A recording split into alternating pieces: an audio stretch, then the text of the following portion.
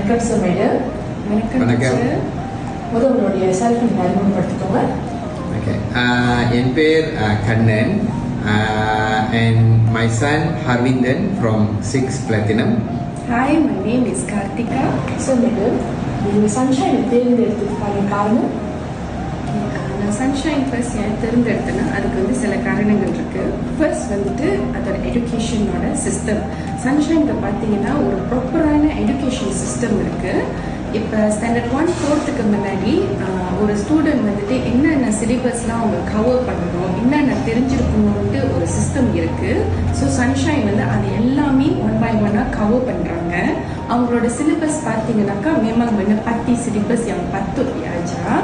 So அவங்களோட progress எல்லாமே ரொம்ப நல்லா ட்ராக் பண்ணுறாங்க.